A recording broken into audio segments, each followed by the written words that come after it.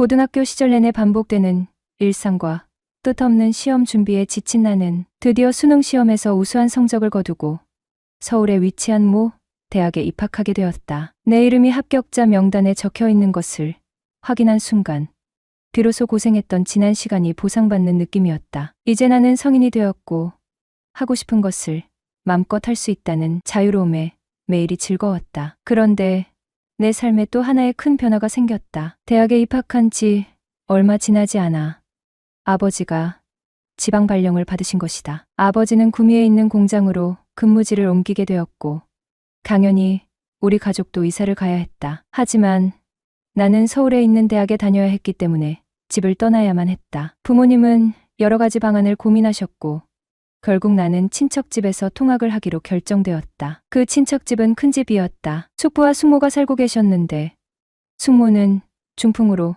몸이 불편하셔서 큰딸이 가끔 돌봐주러 오는 상황이었다. 부모님은 나를 그곳에 맡기는 것에 대해 걱정을 하셨다. 특히 아버지는 숙부에게 부담을 줄까봐 망설이셨지만 다른 친척 중 마땅히 나를 받아줄 곳이 없었다. 이러던 중 어머니가 대안을 제시하셨다. 영순의 집에 하숙을 하는 건 어떨까요? 어머니의 말씀에 아버지는 고개를 갸우뚱하셨다. 아무리 친한 사이라도 부담을 줄 수는 없다는 것이었다. 그러나 어머니는 말이라도 한번 꺼내보자며 영순의 어머니께 조심스럽게 문의하기로 했다. 나는 속으로 쾌재를 불렀지만 겉으로는 담담한 척하며 마음을 졸였다. 제발 영순의 집에 하숙으로 들어갈 수 있게 해달라고. 결론은 영수 엄마도 오케이 하셨다. 나와 영수는 어릴 적부터 항상 함께하던 단짝 친구였다. 내가 원하는 대학에 합격했을 때 영수는 서울에 있는 대학들에서 줄줄이 불합격 통지를 받았다. 재수를 준비하던 중 여자친구와도 헤어지게 되어 마음이 복잡해진 영수는 재수 생활을 몇 달 건성으로 하더니 시간만 낭비하는 것 같다며 군 입대를 택했다. 아줌마는 그런 영수를 안타깝게 생각했지만 어쩔 수 없이 군에 보내고 나는 혼자서 영수방을 차지하고 살게 되었다. 희망찬 대학 신입생 생활을 친구 집에서 아줌마와 함께 시작하게 되어 여러모로 즐거운 나날이었다. 영수의 어머니는 동네에서 국물 떡볶이로 꽤나 유명한 분식집을 운영하고 계셨다. 영수 아버지가 10년 전 교통사고로 갑작스레 돌아가시고 난 뒤 생계를 위해 시작한 조그마한 분식집은 저렴하고 매콤달콤한 국물 떡볶이로 입소문을 타기 시작하면서 점차 번창했다. 이제는 어느 정도 여유가 생겼는지 아줌마는 늘 자기 관리를 철저히 하셨다. 특히 에어로빅을 다니며 건강한 몸매를 유지했고 종종 그녀가 레깅스를 입고 집에 들어오는 모습을 쳐다보며 나도 모르게 심쿵하면서 살짝 설레었다. 운동복 차림의 그녀는 웬만한 20대 여성들과 비교해도 전혀 뒤지지 않는 건강한 몸매를 자랑했고 그녀의 자신감 넘치는 태도와 외모는 나의 마음을 흔들어 놓기에 충분하였다. 그녀의 부탁으로 난 주말마다 분식집에서 알바를 했다. 어느 날 가게에서 튀김가루 박스를 옮기다가 발목을 삐끗하고 말았다.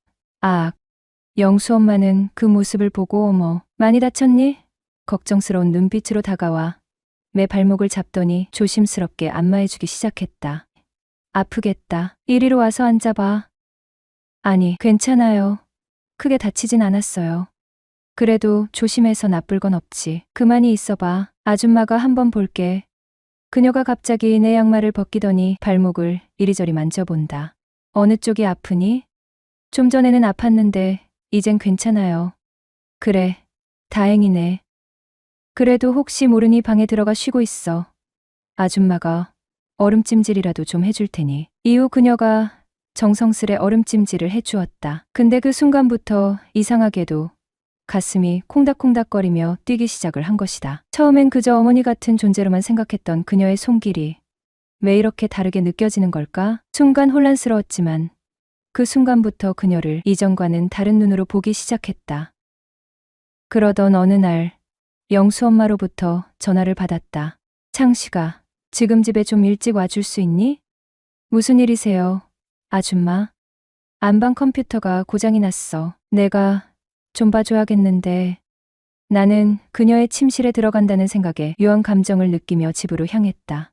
공유기가 고장의 원인이었다. 그래서 예전에 쓰던 공유기를 새로 설치하는 작업은 금방 끝났지만 영수 엄마는 컴퓨터가 느려졌다며 좀 더 봐달라고 부탁했다.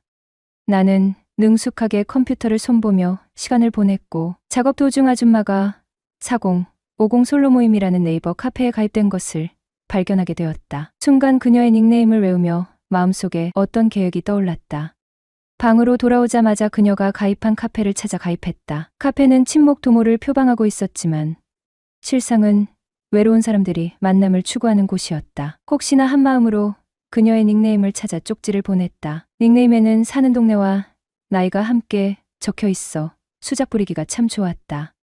안녕하세요. 같은 동네에 사시네요. 반가워서 쪽지 보냅니다. 앞으로 동네 친구로 친하게 지내면 좋겠네요.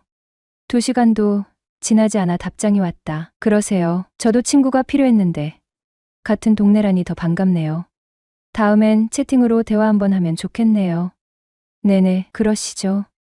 짧은 답장이었지만 성공을 예감했다. 그날 밤 나는 그녀가 카페에 접속하기를 기다렸다. 밤 10시쯤 드디어 그녀가 접속하자 채팅 신청을 하였다.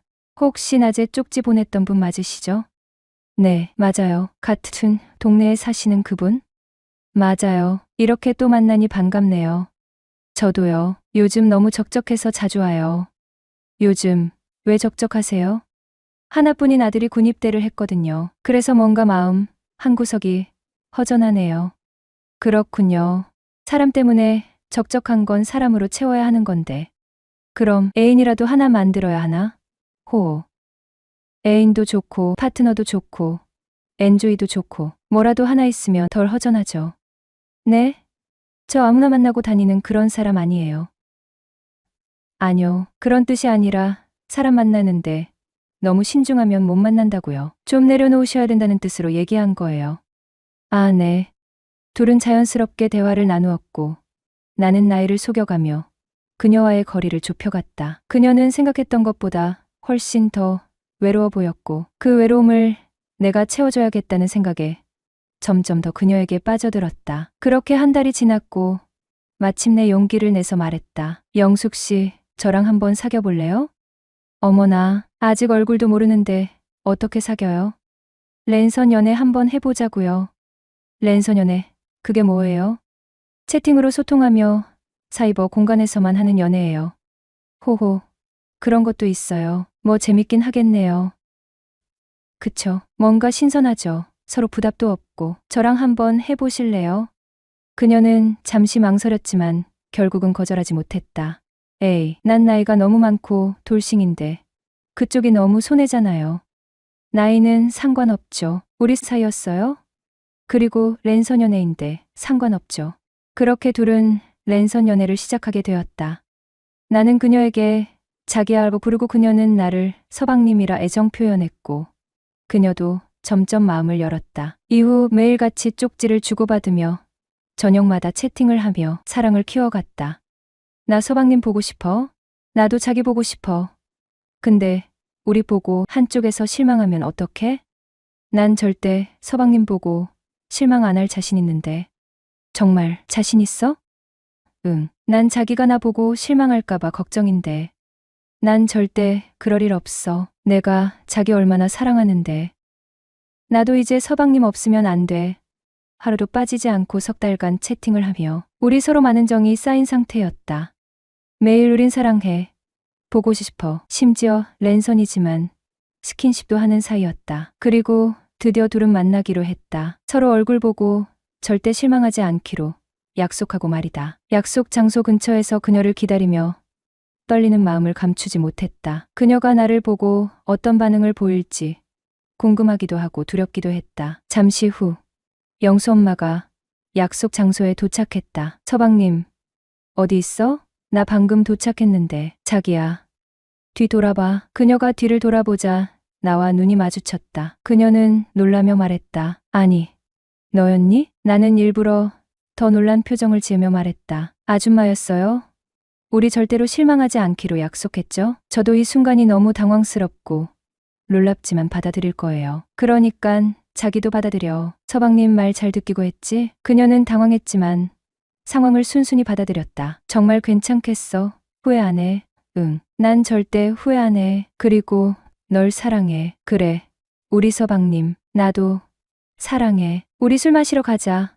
어때? 이 상황에선 밥보단 술이지. 둘은 근처 호프집으로 갔다. 그녀와 나란히 앉아 술잔을 기울이고 있었다. 처음에는 어색한 침묵이 흘렀지만 술이 몇 잔 들어가자 분위기가 조금씩 부드러워지기 시작했다. 근데 왜 거짓말했어? 처음엔 장난으로 시작했는데 대화하다 보니 나도 멈출 수가 없었어. 그래서 오늘은 솔직히 사과하려고 한 거야. 그녀는 순수한 자백에 마음이 풀렸는지 웃으며 말했다. 그래, 이것 또한 인연이겠지. 이제 랜선연애 아니고 진짜 연애하는 거다. 영수 엄마는 그 말을 듣고 약간 당황한 듯 미소를 지었다. 창씨가 내 마음 정말 고맙다. 하지만 우리 이렇게 가까워져도 될까? 저는 아줌마가 좋고 아줌마가 행복했으면 좋겠어요. 저도 아줌마 옆에 있고 싶어요. 한동안 말없이 서로의 눈을 바라보던 둘은 결국 서로에게 이끌려 조금 더 가까이 다가갔다. 영숙과 나는 술집을 나와 서늘한 밤 공기를 맞으며 걸었다. 가로등 아래 들이운 그녀의 실루엣은 묘하게도 그날따라 더 아름다워 보였다. 술 기운이 남아있는 나는 괜스레 용기가 생겨 그녀의 손을 살며시 잡았다. 그녀는 잠시 멈칫했지만 이내 부드러운 미소를 지으며 손을 놓지 않았다. 정말이지. 너랑 이래도 되는지 모르겠어. 그녀는 살짝 취기가 오른 목소리로 말했다. 나는 멈춰서서 그녀를 바라보았다. 지금 이 순간의 감정만 생각하세요. 그리고 우리 서로 마음 가는 대로 해요. 그녀는 한숨을 쉬며 말했다. 그럼 나 서방님만 믿는다. 그 말에 내 심장은 더 크게 뛰기 시작했다. 앞으로 내 말만 잘 들으면 되는 거야. 알았지? 그녀는 살짝 웃으며 고개를 끄덕였다. 그래. 앞으로 서방님 말 잘 들을게. 그녀는 감동한 듯 나를 꼭 끌어안았다. 고마워. 정말로. 나도 너만 믿고 갈게. 그 순간 우리 사이의 모든 불확실함이 사라지는 것 같았다. 두 사람의 마음은 하나로 이어졌고 그날 밤은 우리의 관계에 있어 진정한 전환점이 되었다. 우리 나이 차는 무려 23살. 처음엔 이 나이 차이를 실감조차 못할 만큼 그녀와 나는 잘 통했다. 영숙은 단순히 영수의 엄마가 아니라 내가 알던 그 누구보다도 따뜻하고 이해심 많은 사람이었다. 그녀와의 대화는 내게 위안이 되었고 그녀는 나를 어린아이로 대하기보다 한 사람으로 존중해 주었다. 그러다 보니 어느 순간부터 그녀가 단순한 친구의 엄마로 느껴지지 않았다. 우리 관계는 자연스럽게 온라인에서 현실로 옮겨갔고 정식으로 교제를 시작한 지도 어느덧 1년 3개월이 되었다. 하지만 어느 날 영숙은 갑작스럽게 이별을 고했다. 창씨가 우리 이제 그만 만나야 하지 않을까? 그녀의 말에 나는 놀라지 않을 수 없었다. 머리가 하얘진 채로 겨우 물었다. 왜요?